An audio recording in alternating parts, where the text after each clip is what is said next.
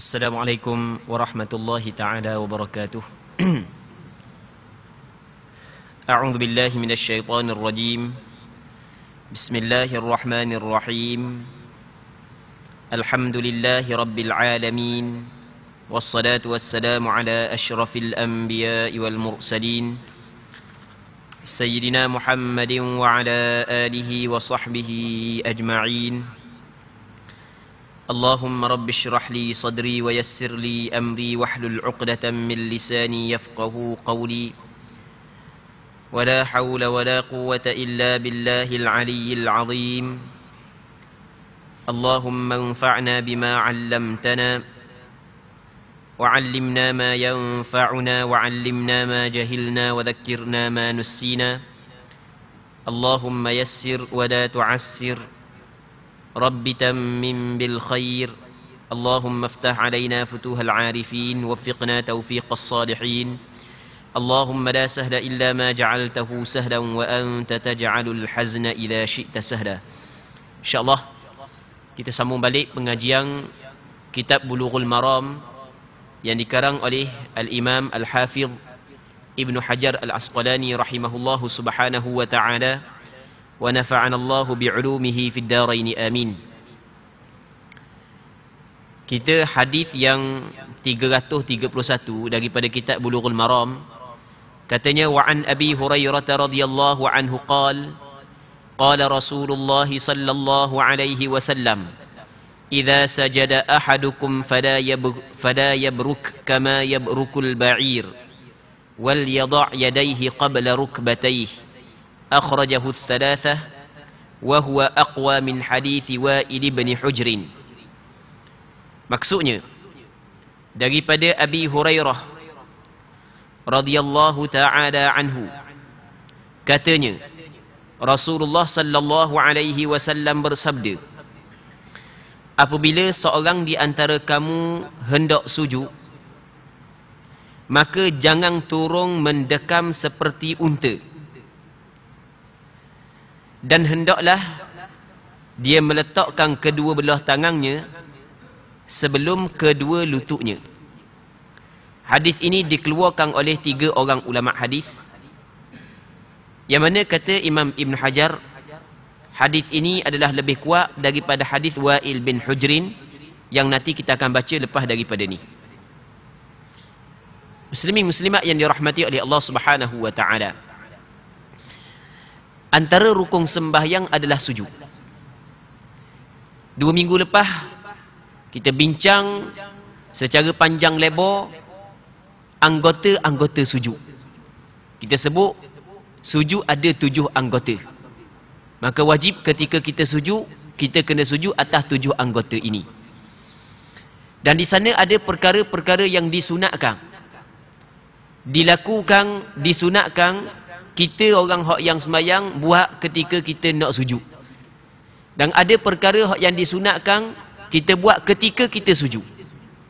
Maksud sunat, dia maksud sunat, kalau tak buat tetap sujud kita jadi, tetap sujud kita sah, tetap sujud kita memadai, tapi tidaklah sempurna. Kalau kita tinggal, kalau kita buat barulah sempurna.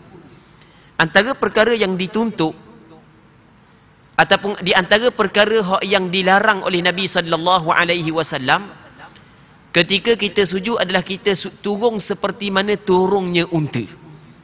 Kita nak tahu turun unta, kita kena tengok dalam tu lah. Dalam internet buka Google sekejap, tengok lagu mana cara unta turun. Unta berdiri, lagu mana cara dia turun. Kita tengok. Hamba pernah tengok dah, tengok dalam Google lah. Tengok dia turun kaki depan dulu baru kaki belakang. Unta dia turun kaki depan dulu baru kaki belakang. Jadi dalam hadis ni Rasulullah sallallahu alaihi wasallam melarang kita turun daripada i'tidal kepada sujud sebagaimana unta turun. Jadi kalau kita tengok unta dia turun kaki depan dulu baru kaki belakang. Dan lagu mana hak yang dia kena buat? Dalam hadis ni disebut lagu mana? Hendaklah dia meletakkan 2 tangan dia sebelum daripada 2 lutut. Masa kita turun tu jangan jatuh lutut dulu, jatuh tangan dulu. Okey, hak ni hak yang disebut dalam hadis.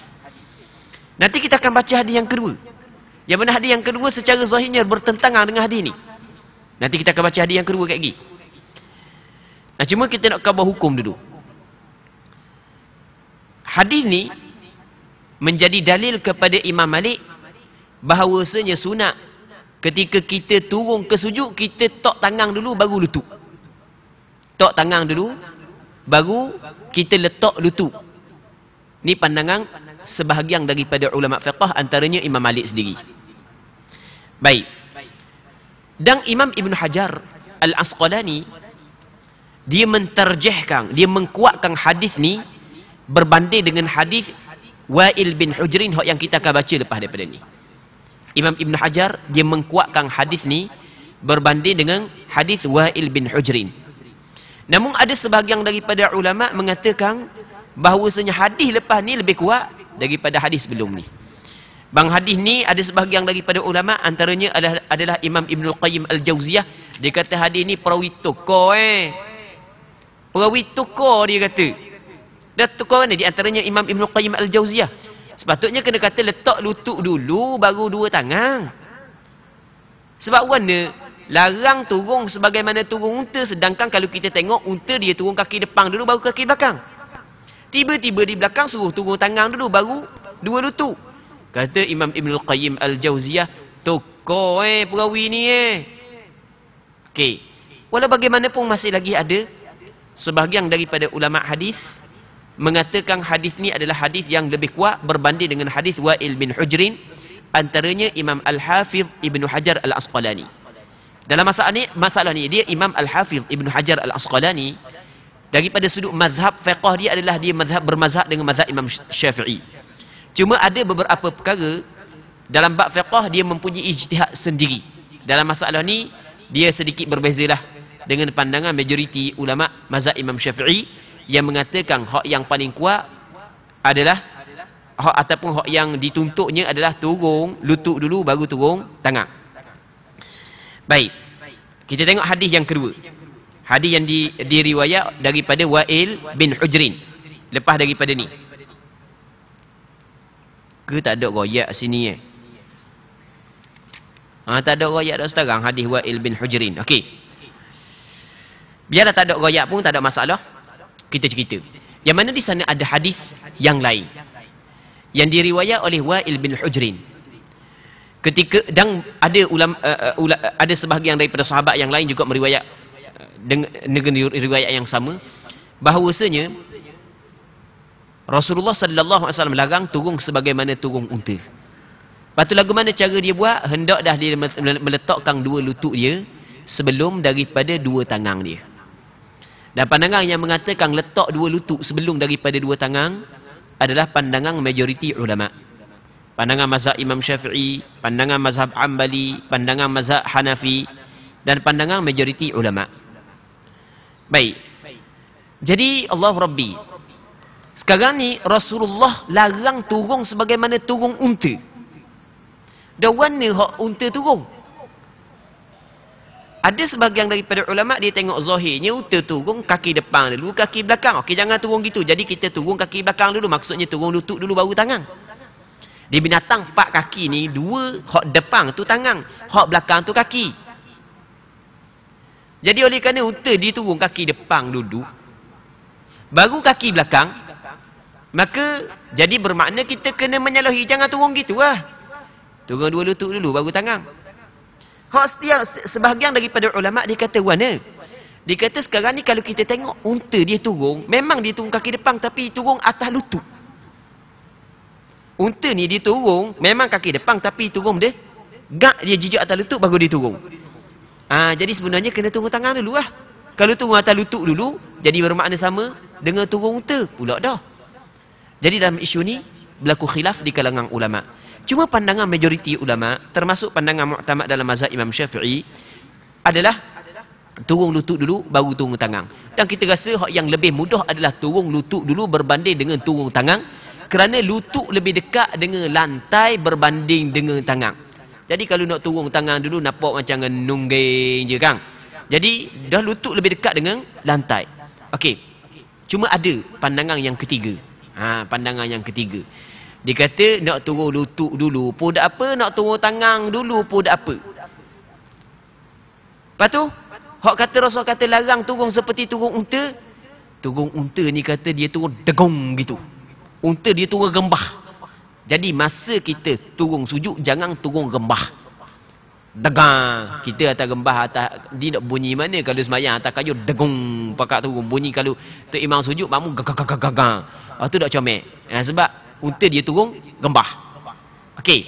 Jadi ala kulli hal, masalah ni berlaku khilaf. Pandangan majoriti ulama mengatakan, benda turun lutut dulu baru turun tangan. Kita rasa waktu lebih mudah. Kerana benda lebih mudah sebab lutut lebih dekat dengan lantai berbanding dengan tangan. Baik. Muslimin muslimat yang dirahmati oleh Allah Subhanahu wa taala. Seterusnya katanya, Ra'aitu Rasulullah sallallahu alaihi wasallam idza sajada wada'a rukbatayhi qabla yadayhi. Akhrajahu al-arba'ah. Ni rupanya hadis Wa'il bin Hujrin. Fa inna lil awwal shahidan min hadis Ibn Umar radhiyallahu anhu. Sahahu Ibn Khuzaimah wa dzakarahu al-Bukhari mu'allaqan mawqufa. Aku melihat Nabi sallallahu alaihi wasallam apabila sujud, beliau meletakkan kedua belah lututnya sebelum kedua-dua tangannya. Hadis ini dikeluarkan oleh 4 orang ulama hadis. Hadis yang pertama mempunyai syahid, penguat daripada hadis Ibni Umar. Maksudnya di sana ada hadis Ibn Umar yang menguatkan hadis yang pertama, hadis Abu Hurairah. Hadis ini dinilai sahih oleh Imam Ibn Khuzaimah. Hadis yang kedua ni Imam Ibn Khuzaimah menilai sahih. Imam Bukhari menyebutkannya secara muallaq lagi mauquf. Muallaq ni maksudnya dia tidak sebut sanad secara penuh lah. Dia potong permulaan sanad. Lepas tu disebut secara mauquf. Maksud sebut secara mauquf maksudnya adalah perkataan sahabat, bukan daripada perbuatan, ataupun perbuatan sahabat bukan daripada perbuatan Nabi sallallahu alaihi wasallam. Baik, jadi hadis yang kedua ni lah menjadi sandaran kepada pandangan majoriti ulama. Sebab itulah kita kena ingat, sebenarnya ulama fiqh ketika dia berselisih pandangan, bukanlah semata-mata ikut hawa nafsu dia, bukan semata-mata ikut kepala otak dia, bukan. Bahkan semua masing-masing ada sandaran daripada Quran dan hadis. Mu ada sandaran, aku ada sandaran. Kadang-kadang hadis hak yang mari saat ni tu ada belaka, hak ni gini macam hadis ni sebagai contoh kan. Maka masing-masing ulama mentarjihkan, mengkuatkan mana hadis hak yang dia rasa lebih kuat di sisi dia, maka dia mengambil hukum daripada hadis tersebut. Manakala hadis yang dirasakan tidak kuat, tidak dijadikan sandaran hukum. Akhirnya berlaku khilaf di kalangan ulama dalam meletakkan sesuatu hukum. Tapi walau bagaimanapun masalah turun kepada sujud, sama ada kita turun tangan dulu ke, turun lutut dulu ke, kedua-dua turun tersebut masih lagi dikatakan dia melakukan sujud. Maksudnya masih lagi tetap sah sujud dia. Baik. Seterusnya kata dia, wa an ibni Umar radhiyallahu anhuma anna Rasulullah sallallahu alaihi wasallam kana idza qa'ada lit-tashahhudi wada'a yadahu al-yusra 'ala rukbatihi al-yusra wal yumna 'ala al-yumna wa 'aqada 53 wa ashara bi isba'ihi as-sabbabah. Rawahu Muslim. Maksudnya daripada Abdullah bin Umar bin Al-Khattab radhiyallahu anhuma, bahawasanya Rasulullah sallallahu alaihi wasallam apabila duduk untuk bertasyahud, cakap kita untuk baca tahiyat itulah, dia kata tahiyat, kita ada tahiyat awal, kita ada tahiyat akhir. Cuma melainkan sembahyang subuh je, sembahyang subuh tak ada tahiyat awal. Melainkan ada juga sembahyang subuh tahiyat awal. Ada kau orang masbuk tapi tak panggil tahiyat awal. Dia subuh pun ada tahiyat kau. Dah mana pula subuh ada tahiyat awal? Dia subuh ada kau tahiyat awal dia. Subuh dia buat 2 tahiyat dia. Orang lain saja. Rupanya dia masbuk. Mari rakaat kedua dah. Sama gitu. Sebenarnya dia bukan nama dia tahiyat awal. Dia nama dia tahiyat kerana mengikut imam. Kerana sembahyang subuh ada 1 tahiyat je. Tapi oleh kerana kita ikut imam, kita kena buat sebagaimana imam buat. Baik. Kalau tu imam tinggal tahiyat awal, ada yang nak ikut nak ikut orang dia tu. Tu timang tahiyat tinggal tahiyat awal pula. Kalau tu imam tinggal tahiyat subuh, tak nak ikut nak ikut orang dia tu imam dak buat rukun semayang, nak sah mana semayang tu imam, mana boleh kita ikut orang hak yang dak sah semayang. Baik. Jadi kata dia kawan Nabi SAW apabila duduk tasyahud, beliau meletakkan telapak tangan kiri di atas lutut kirinya. Okey, hak yang kiri letak atas lutut kiri. Dan telapak tangan kanan di atas lutut kanannya. Hak kanan letak atas lutut kanan. Seperti orang yang menghitung bilangan 53. Seraya berisyarat dengan jari telunjuknya. Jadi Rasulullah ketika duduk tasyahud, tangan kiri dia letak atas lutut kiri. Dalam mazhab Imam Syafi'i kata maksud letak atas lutut ni adalah hujung jari kena pada lutut. Bukan letak atas lutut gitu, bukan. Maksudnya letak atas peha, tapi hujung jari bersama dengan lutut. Okey, itu maksud letak di atas lutut. Itu mengikut mazhab Imam Syafi'i. Manakala jari tangan kanan letak atas lutut kanan. Lepas tu Rasulullah sallallahu alaihi wasallam, tangan kanan ni Rasulullah sallallahu alaihi wasallam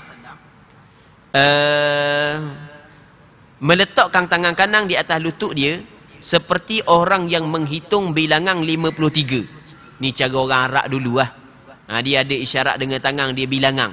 Cara orang Arab dulu. Jadi Rasulullah sallallahu alaihi wasallam letak. Dia sebenarnya bilangan 53 sendiri pun berlaku khilaf lah di kalangan ulama hadis. Maksud dia 53. Okey, sebahagian daripada ulama dia kata gini 53. Gini maksud 53. Jadi letak gitu Mana? Nanti kita cerita pahala pada ni kita baca dulu. Seraya berisyarat dengan jari telunjuknya. Jari telunjuk ia lepas. Diisyarat dengan jari telunjuk. Baginda sallallahu alaihi wasallam menggenggamkan semua jari jemarinya. Lalu berisyarat dalam riwayat lain. Imam Muslim mana pula warna bolok tulis pun. Seraya berisyarat dengan jari telunjuknya. Hadis riwayat Imam Muslim. Dalam riwayat lain Imam Muslim menyebutkan baginda menggenggamkan semua jari jemarinya. Lalu berisyarat dengan jari telunjuk yang mengiringi ibu jarinya. Okey.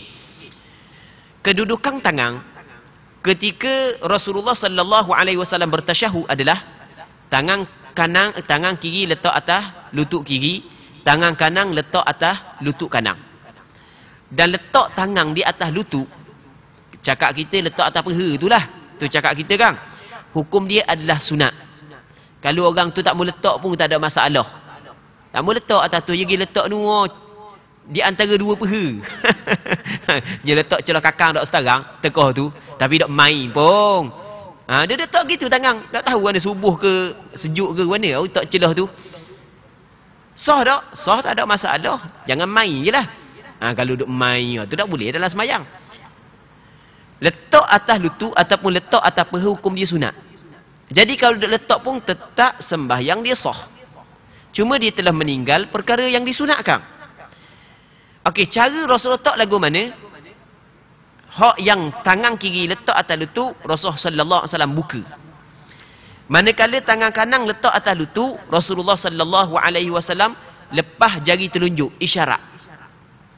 Jari lain oleh kerana dalam bab ni ada beberapa riwayat, maka kata ulama, jari lain ada pandangan yang mengatakan 3 jari ni kita lepas, 3 jari ni anak, jari manis, jari tengah lepas. Lepas tu jari telunjuk ni lepas, jari ni pun lepas juga. Okey, satu. Yang keduanya, jari telunjuk lepas, jari ibu bersama dengan jari tengah buat bulatang temu di antara hujung jari tengah dengan jari telunjuk. 2. Yang ketiganya, jari anak lepas. Kita rakyat sesuai mula bolok kali mula. Jadi sekarang ni jari telunjuk lepas, jari anak kita genggam.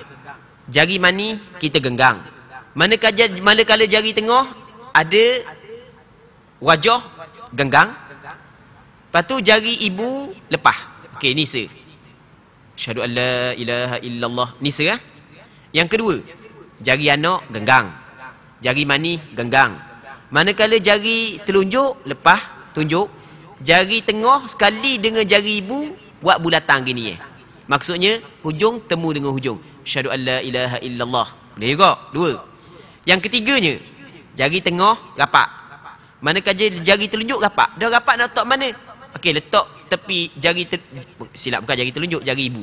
Jari ibu buka dia rapat, tapi dia rapat mana? Ada setengah kata rapat di jari telunjuk, ada setengah kata rapat di jari tengah. Okey, boleh belaka. Lagu mana cara boleh belaka? Okey, itu cara hak yang ataupun wajah-wajah kedudukan tangan kanan ketika kita bertasyahud. Baik.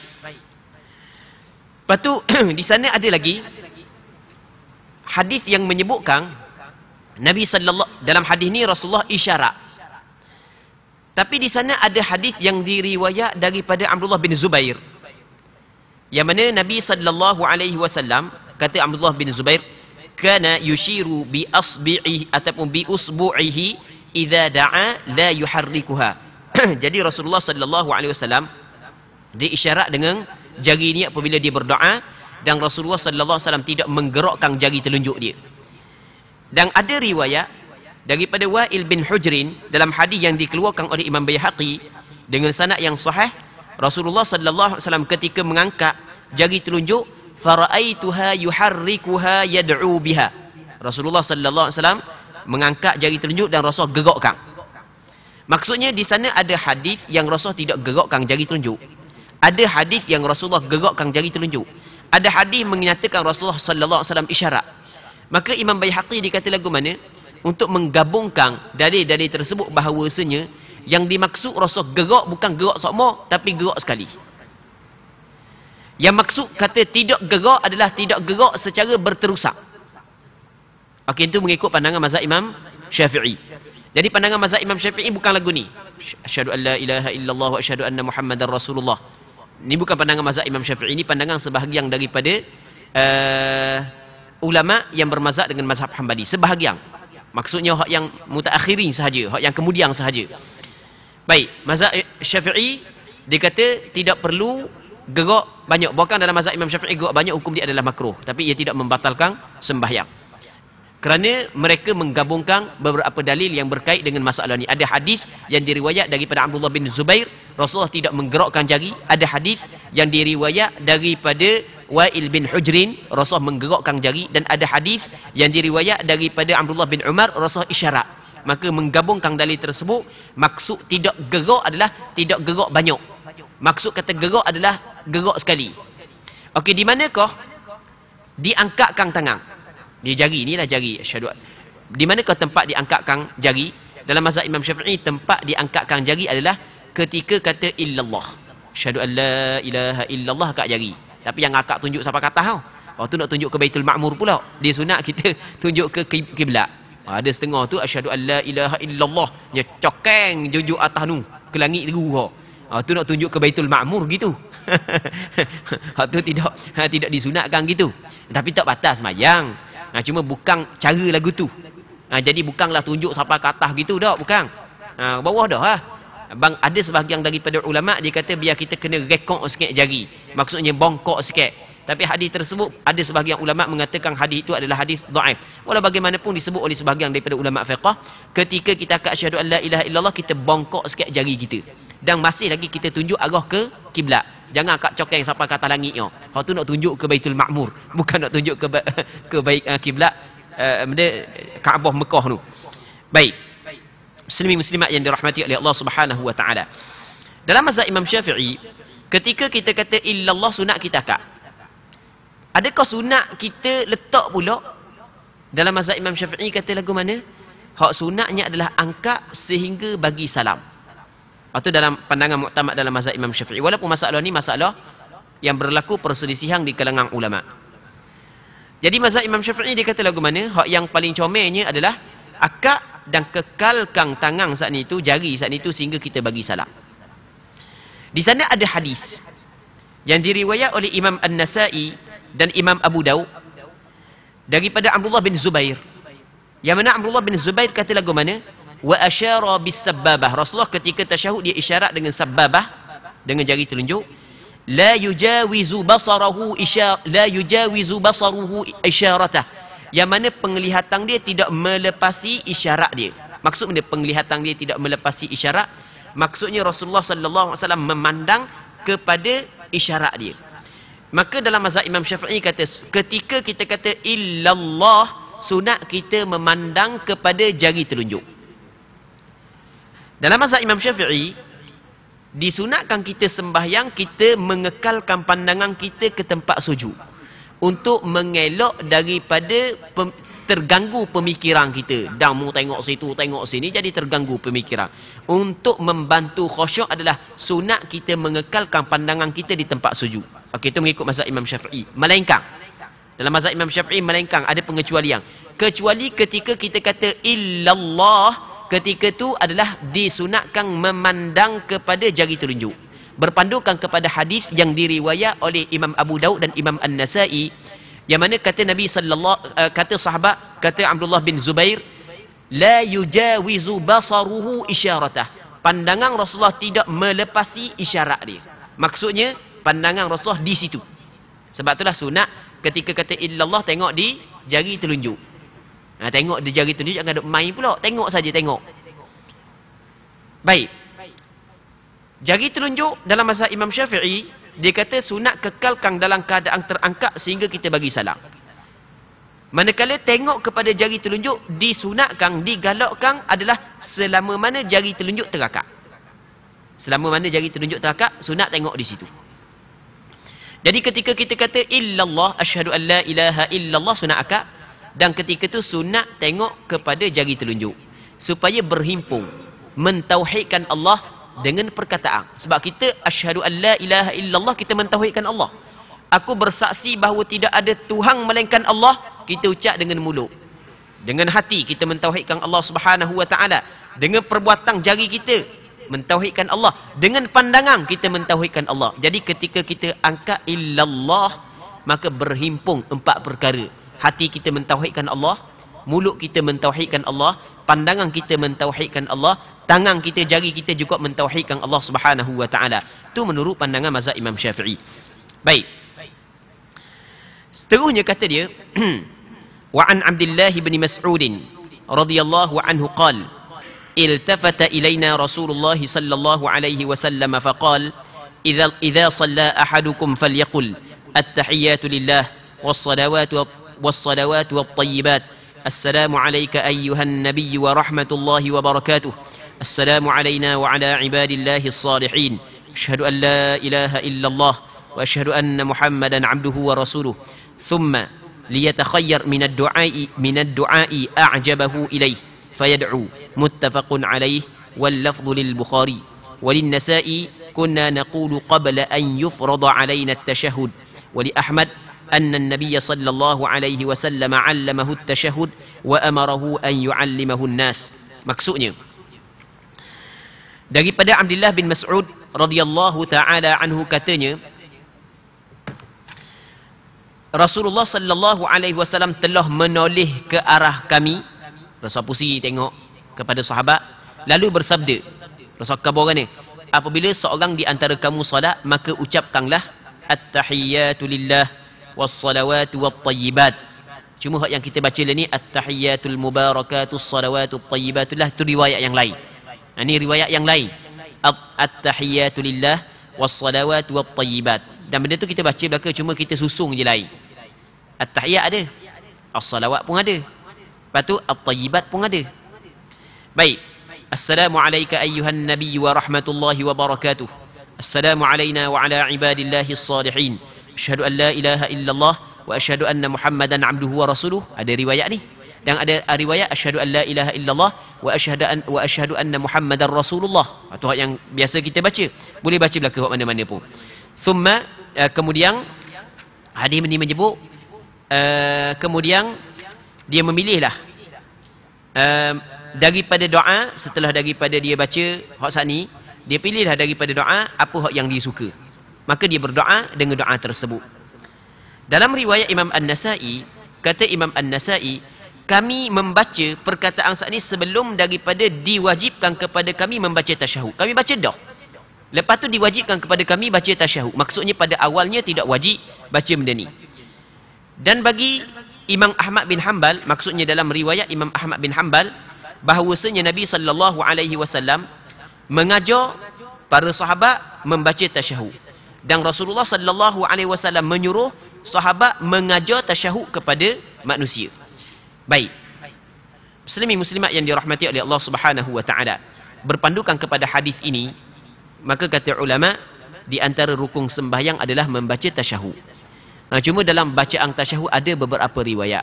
Yang mana beberapa riwayat tersebut ada sedikit perbezaan kalimah-kalimah sahaja. Ada kalimah didahulukan, ada kalimah dikemudiankan. Macam kita ke bawah saat ni, yang kita biasa baca, At-tahiyyatul mubarakatus salawatut tayyibatu lillah. Ada riwayat lagu tu.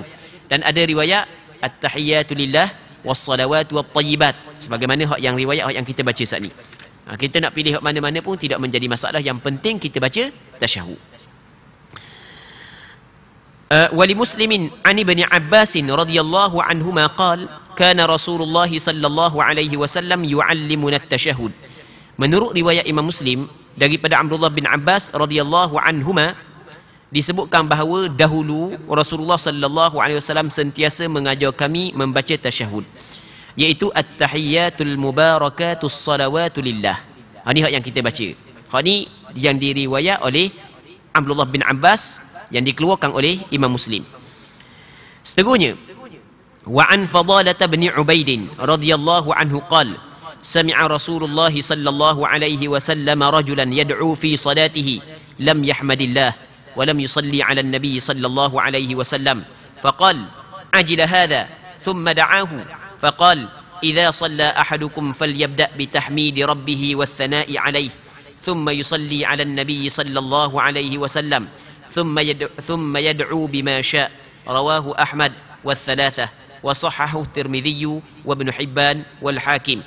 Katanya daripada Fadalah bin Ubaid radhiyallahu anhu, katanya Nabi sallallahu alaihi wasallam mendengar seorang lelaki berdoa di dalam sembahyangnya. Tapi sebelum daripada tu dia tidak memuji Allah. Dia tidak berselawat kepada Nabi sallallahu alaihi wasallam. Dia berdoa tapi dia tidak memuji Allah sebelum daripada tu, dan tidak berselawat kepada Nabi sallallahu alaihi wasallam sebelum daripada tu. Maka baginda sallallahu alaihi wasallam bersabda, orang ini tergesa-gesa, gaduh sangat Lalu baginda memanggilnya dan bersabda, apabila seorang di antara kamu berdoa, hendaklah memulakannya dengan memanjatkan pujian dan sanjungan kepada Rabbnya, lalu mengucapkan selawat kepada Nabi sallallahu alaihi wasallam, kemudian berdoa menurut apa yang disukainya. Hadis ini adalah hadis yang diriwayat oleh Imam Ahmad bin Hanbal dan 3 orang ulama hadis yang lain, dinilai sahih oleh Imam Tirmizi, Imam Ibn Hibban dan Imam Hakim An-Naisaburi. Muslimin muslimat yang dirahmati oleh Allah Subhanahu wa taala. Dalam hadis ini seorang sahabat Rasulullah yang dikenali sebagai Fadalah bin Ubaid menceritakan ada seorang sahabat Rasulullah ketika sembahyang bangun daripada sujud yang kedua terus berdoa, tahiyat tak baca, selawat kepada Rasulullah sallallahu alaihi wasallam tak baca. Jadi bangun daripada sujud yang kedua terus berdoa tanpa membaca tahiyat dan tanpa membaca selawat kepada Rasulullah sebelum daripada berdoa. Maka Rasulullah kata lagu mana? Orang ni gaduh itu makna tergesa-gesa. Ajila hadha, gaduh orang ni Maksudnya sebelum daripada berdoa, biar lu baca tasyahud, biar lu selawat kepada Nabi sallallahu alaihi wasallam, barulah berdoa. Dia di antara tempat berdoa dalam sembahyang adalah setelah daripada, sebelum daripada salam, setelah daripada kita baca tasyahud dan selawat kepada Nabi sallallahu alaihi wasallam. Tiba-tiba dia bahang doa lalu sebelum daripada baca tasyahud dan selawat kepada Rasulullah. Sebab itulah kata Rasulullah kata orang ni gaduh. Baik. Jadi sebelum daripada kita berdoa, maka kita kena baca tasyahud dulu, lepas tu selawat kepada Nabi sallallahu alaihi wasallam. Lagu manakah cara nak selawat kepada Nabi sallallahu alaihi wasallam? Hadis lepas daripada ni, katanya wa an Abi Mas'udin al-Ansari radhiyallahu anhu qala Bashir bin Sa'd ya Rasulullah amarna Allah an nusalli 'alaik fa kaifa nusalli 'alaika fasakat thumma qala qulu Allahumma salli 'ala Muhammad wa 'ala ali Muhammad kama sallaita 'ala Ibrahim wa barik 'ala Muhammad wa 'ala ali Muhammad kama barakta 'ala Ibrahim fil 'alamin innaka Hamidum Majid. Maksudnya daripada Abi Mas'ud Al-Ansari radhiyallahu taala anhu telah menceritakan bahawasanya Bashir bin Sa'ad berkata, wahai Rasulullah sallallahu alaihi wasallam, Allah Taala memerintah kepada kami supaya kami berselawat kepadamu. Dalam Al-Quranul Karim ada ayat innallaha wa malaikatahu yusalluna 'alan nabi ya ayyuhalladzina amanu sallu 'alaihi wa sallimu taslima. Sesungguhnya Allah dan para malaikatnya berselawat mereka itu kepada Nabi sallallahu alaihi wasallam. Wahai orang-orang yang beriman, berselawatlah dan ucapkanlah salam kepada Nabi, kepada Muhammad sallallahu alaihi wasallam dengan sebenar-benarnya. Itu dalam Al-Quranul Karim. Jadi Allah Taala memerintah kepada kami supaya kami berselawat kepadamu. Maka bagaimanakah cara mengucapkan selawat untukmu? Lagu mana cara kami nak ucapkan selawat? Kemudian Nabi sallallahu alaihi wasallam bersabda, katakanlah Allahumma salli ala Muhammad wa ala ali Muhammad kama sallaita ala Ibrahim wa barik ala Muhammad wa ala ali Muhammad kama barakta ala Ibrahim fil alamin innaka Hamidum Majid. Ini hak yang Rasulullah sallallahu alaihi wasallam suruh baca. Sebenarnya dalam perbahasan ni ada perkara hak yang penting, hak yang perlu kita kena bincang. Tapi oleh kerana kita tidak mempunyai kesempatan waktu, nak bincang berkenaan dengan apakah hukum kita tambah perkataan Sayyidina. Ada sebahagian daripada orang kita tidak baca Allahumma salli ala Muhammad, tapi dibaca Allahumma salli ala Sayyidina Muhammad. Apakah hukum dia? Okey, secara ringkasnya kita ambil dalam masa 2 minit. Sebenarnya ulama dalam masalah menambahkan Sayyidina pada selawat Ibrahimiyah selepas daripada kita bertasyahud akhir, ulama berselisih kepada 2 pandangan. Majoriti ulama mengatakan tidak disunatkan menambah perkataan Sayyidina. Hak yang paling comelnya adalah baca Allahumma salli ala Muhammad wa ala ali Muhammad. Hak tu hak yang paling comel sekali. Kerana benda? Kerana hak itulah hak yang diperintah oleh Rasulullah sallallahu alaihi wasallam. Ataupun dalam bahasa Arab kerana ittiba', kerana mengikut, menjunjung perintah Rasulullah. Sebab Rasul kata qulu, mu kena kata gini. Allahumma salli ala Muhammad wa ala ali Muhammad. Maka majoriti ulama mengatakan tidak sunat tambah perkataan Sayyidina. Namun sebahagian daripada ulama dia pakai kaedah al-adabu muqaddamun 'ala al-imtithal, beradab perlu diutamakan, didahulukan di atas menjunjung perintah. Maka dia kata daripada segi beradabnya, secomel-comelnya, sebaik-baiknya sunat tambah Sayyidina. Dan pandangan hak yang mengatakan sunat tambah Sayyidina adalah pandangan Syekh Izzuddin Ibn Abdissalam, Sultanul Ulama Syekh Izzuddin Ibn Abdissalam. Imam Qalyubi, seorang ulama dalam mazhab Imam Syafi'i. Imam Ibn Abidin, seorang ulama dari dalam mazhab Hanafi. Imam An-Nafarawi, seorang ulama dalam mazhab Maliki. Yang mana mereka ini berpandangan bahawasanya sunat menambah perkataan Sayyidina kerana berhujah bahawasanya beradab perlu didahulukan di atas menjunjung perintah. Memang hak ni perintah Rasulullah, tapi adab perlu diutamakan. Okey, itu hujah dia. Dalilnya dia kata satu ketika Rasulullah keluar daripada Madinah.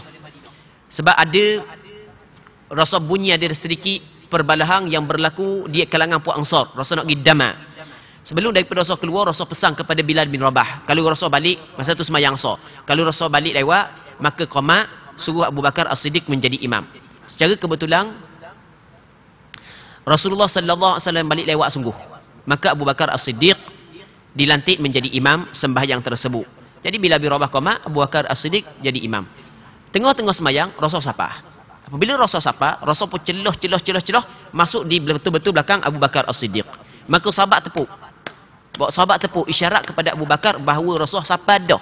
Sebab tidak pernah di zaman Rasulullah kalau Rasul ada, Rasul jadi makmum, Rasul jadi imam. Hak tu asal. Pemimpin jadi imam. Maka apabila Abu Bakar dengar, ni ringkas lah. Sebab kita habis waktu dah ni, ringkas sikit je. Apabila Abu Bakar dengar, duk setepuk, sahabat duk tepuk. Maka Abu Bakar pun toleh ke belakang. Tengok Rasul ada. Ketika Abu Bakar toleh belakang, Rasul isyarat dengan tangan supaya Abu Bakar tetap di tempat dia. Okey, itu perintah Rasulullah. Rasulullah memerintahkan kepada Abu Bakar supaya tetap tempat dia menjadi imam. Tapi tetap Abu Bakar undur. Okey. Rasulullah suruh Abu Bakar jadi imam, tapi tetap buat Abu Bakar undur. Maka lepas daripada semayang, Rasulullah tanya, dah apa tadi suruh tetap situ, suruh tetap tapi undur juga. Kata Abu Bakar, tidak layak kepada anak kepada Abi Quhafah menjadi imam ketika mana Rasul hadir. Tak layak. Jadi maksudnya Abu Bakar tidak mengikut perintah Rasulullah kerana nak jaga adab. Maka atas alasan inilah sebahagian daripada ulama, Sultanul Ulama Syekh Izzuddin Ibn Abdul Salam, Imam Qalyubi, seorang ulama mazhab Imam Syafi'i, Imam Ibn Abidin, seorang ulama dalam mazhab Hanafi, Imam An-Nafarawi, seorang ulama dalam mazhab Maliki, mengatakan sunat kata Sayyidina. Tak payah balalah isu Sayyidina ni. Mu nak kata-kata, tak mau kata sudah. Amba tak kata pun Sayyidina. Amba kata Allahumma salli ala Muhammad wa ala ali Muhammad. Tapi orang nak kata, ada sandarang dia, dan pandangan yang mengatakan sunat kata juga pandangan sebahagian daripada ulama mu'tabar, antaranya Sultanul Ulama Syekh Izzuddin Ibn Abdul Salam. Okey, itu amba royak secara ringkas. Sebenarnya perbahasan ni panjang lagi. Amba boleh buat mari dalil-dalil hak yang lain lagi bagi pandangan hak yang mengatakan sunat kata, tapi amba sendiri tak kata. Tapi ada hak yang kata sunat kata tu ada pandangan dia, ada sandaran dia, dan amba boleh buat marilah dalil-dalil dia. Cuma macam amba kata tadi, tak perlu balah lah. Nak kata-kata, tak mau kata, tak payah. Sudah. Berlapang dada dalam masalah khilafiyah. Okey, kita berhenti sini dulu untuk malam ni. InsyaAllah ada manfaatnya. Kita berdoa kepada Allah Subhanahu Wa Taala agar Allah Subhanahu Wa Taala memberkati majlis ilmu yang kita adakan pada malam yang mulia ini. Wallahu Subhanahu Wa Taala a'la wa a'lam. Allahumma haqqiqna bittiba'i nabiyyika Muhammadin sallallahu alaihi wasallam zahiran wa batina. Allahumma ij'alna mimman yastami'una al-qawla fayattabi'una ahsanah.